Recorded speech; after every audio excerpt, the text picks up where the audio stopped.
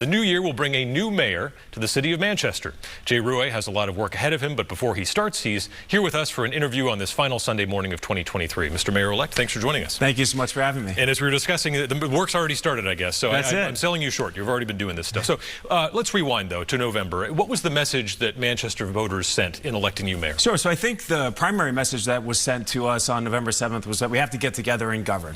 We have an amazing city. We have an awful lot of the building blocks in place to what I think make Manchester the best mid-sized city in the United States.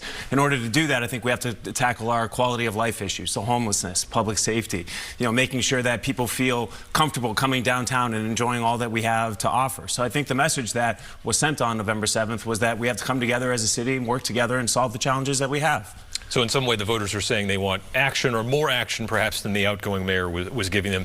Are you here this morning at all to temper expectations? These are some big problems you're dealing with. Yeah, well, I mean, I think throughout the campaign, we were very clear that these are not challenges that are going to be fixed overnight, that it's going to take some time for us to really get our arms around them, come up with the solutions, and enact those policies that we think are going to take us to the next level here. I do think that these are challenges that can be addressed, that can be fixed, that can be worked on, but I mean, I certainly never said over the campaign that it would happen overnight, that these are difficult issues that we're tackling here, and we're looking forward to getting our fingers in it. Yeah, so digging into those specifics, do you think with this new Board of Aldermen, you'll be able to get a different camping ordinance passed?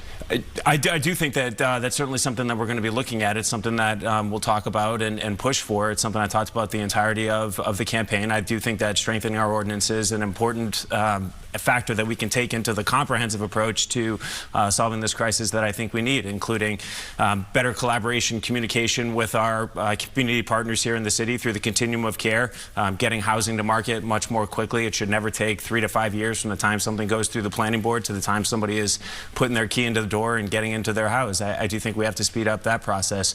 But yes, the camping ordinance, I think, is an important part of that comprehensive response. So you think getting more units up and running, that's going to alleviate some of the pressure on the downward end thing? I certainly think that housing is a critical piece to solving the homeless crisis. Yeah, that's something that we talked about over the course of the entirety of the campaign, and something that experts will tell you the same thing, that housing is a critical piece of that. But I don't think we can wait for 3, 4, 5 years for the housing that we need to come onto market, that we have to be doing things in conjunction with that in that comprehensive approach to it. For a while now, the city's legal approach to the issue of homelessness has been one of total deference to that Ninth Circuit Court ruling that essentially said if you don't have shelter beds enough for the people on the streets can camp. Not every community has such a rigid interpretation of that ruling. Do you think that's going to change under your tenure? Well, I certainly don't think that you can govern in fear of lawsuits. I think that this is a position that the city can take. I think that we are on solid legal footing to take it. The state RSA says you're not allowed to have camping without written permission within the state limits, and I think the city can certainly abide by the state's ruling on that, or the state's RSA on that.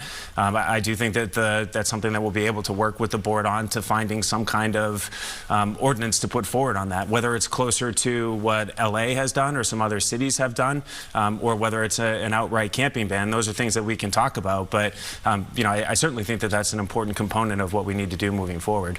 Getting to the opioid crisis, obviously that's more of a state issue, but you're dealing with it on the local level as well. The state's going to be auditing its Doorways program here in Manchester to figure out why the numbers are down relative to places like Nashua. So is there anything Manchester can do to essentially make that response better, even though that is the state's responsibility? Sure. So, I mean, we talked about this over the course of the campaign. I think we have to strengthen our points of maximum vulnerability. So the doorways can certainly be a piece of that, where a person is at their maximum point of vulnerability. They're asking for help. That's an important entryway into the system to get the assistance that they need. But it also includes strengthening our responses at hospitals, strengthening our responses when people are coming out of jails, and sober homes as well. That's another instance where I think we can strengthen the response when people are either being removed from a sober home or leaving a sober home. What does that next step look like? What does that bridge to long-term recovery and sobriety look like? And making sure that we're meeting the needs as well there. So I think there are a number of issues at play, but certainly I think the doorways is an area that we can look to strengthen as well.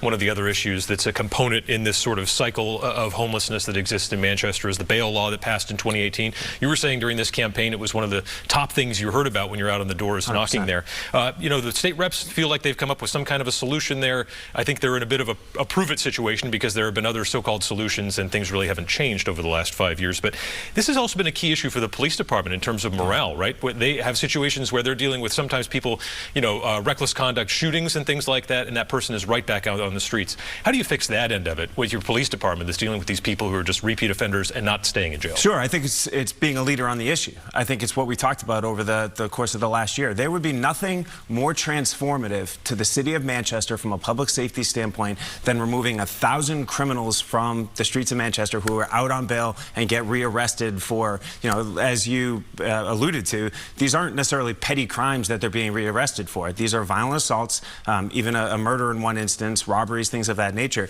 I don't think that any reasonable person will look at an instance like the shooting that we had on Ash Street and say that those two individuals should be released onto the streets within 12 hours. That is incredibly detrimental to the morale of our police department, and it's not good for the safety of our streets. As mayor, I've talked to all of the members of the Board of Mayor and Aldermen. I've talked to a lot of our state reps as well, and I want to be a leader on the fight on this in Concord.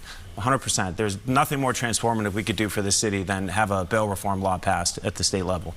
Let's turn to the school system. Obviously, a lot to deal with there as well. And the city of Manchester hasn't recovered from the pandemic in quite the same way in terms of performance that other similar-sized cities have, like Nashua schools are doing a little bit better.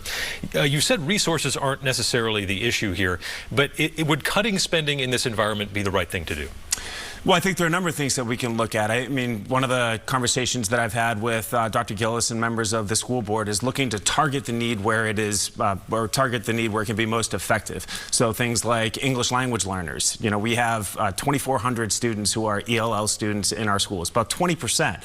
And an inability to be completely proficient or fluent within the English language is going to make it difficult to score well on tests. Targeted directing funding towards that, or targeted funding towards kids who fell behind during COVID or who have high adverse childhood experiences. I think it's where we can direct our resources that can have the most dramatic impact. So look at those pockets that are in most need of investment to get them in line with, the other performing students within the school, and I think that's the best approach.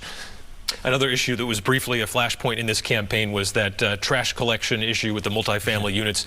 The city was considering ending that and then kind of took it back and said, hold on, we're going to continue to examine this. I believe it's still in committee right now.